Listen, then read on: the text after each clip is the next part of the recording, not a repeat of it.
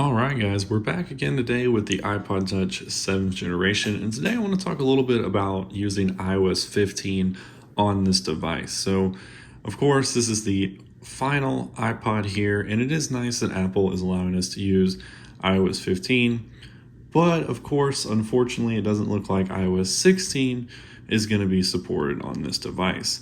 But for now, how does iOS 15 work on this? Because I'm sure they're going to do the same thing they did with the last software, where you'll be able to use 15 for a little while and get security updates. So first off, the way I judge pretty quickly of how software is on a device is by the responsiveness. And there are some times where you'll notice there's just a little lag when you're scrolling around or when you're opening applications or things like that. But honestly, the performance here is not terrible. I mean, it's not bad whatsoever. Applications open relatively quickly. You are able to kind of switch back and forth quickly between things and hop back and forth between applications. So most of the things you find yourself doing, it's going to be just fine. The thing that slows this down, of course, it's not the software, it's the chip inside of here. So that's obviously what's causing some of the slowdown. But yeah, opening applications is not bad at all. My home button is a little weird. I don't know why it has such a lag to it, but yeah, it's really not bad to open these. I mean, stuff is really surprisingly quick on this device. Now, as far as iOS 15 features go, so it's kind of hit or miss. You're going to notice a lot of things that you're not going to get because you need the latest and greatest iPhone. So for example, one of those is FaceTime.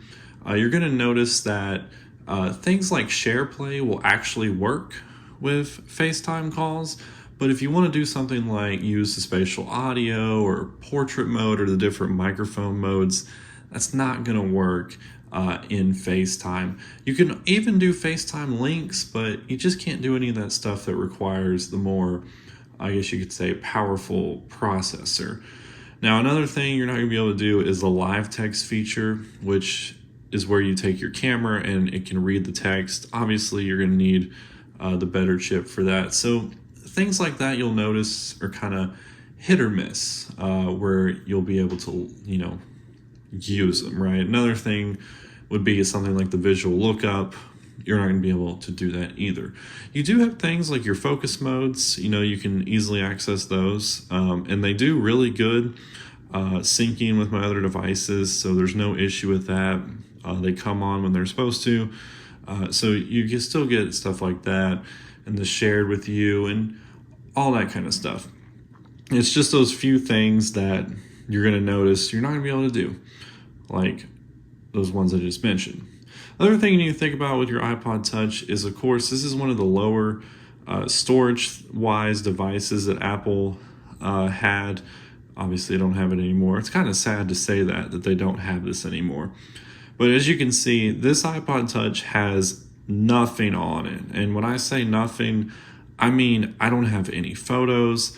I have applications, but they're all the ones that came on this device. I haven't restored a backup or anything.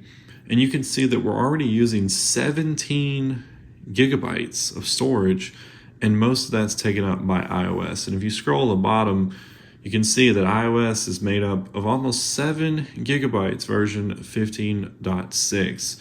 And then we have system data down there as well. So that's another problem, of course, you're going to run into is the storage issue there. But overall, iOS 15 on this older device is very surprising. And I'm sure if you use a device like an old iPhone 6 or 6S that can run this as well, you're not going to have any issues either. But yeah, guys, that's all I got for you today. Thanks for watching the channel. Let me know what you think about the iPod Touch running iOS 15. And I will catch you all in the next video.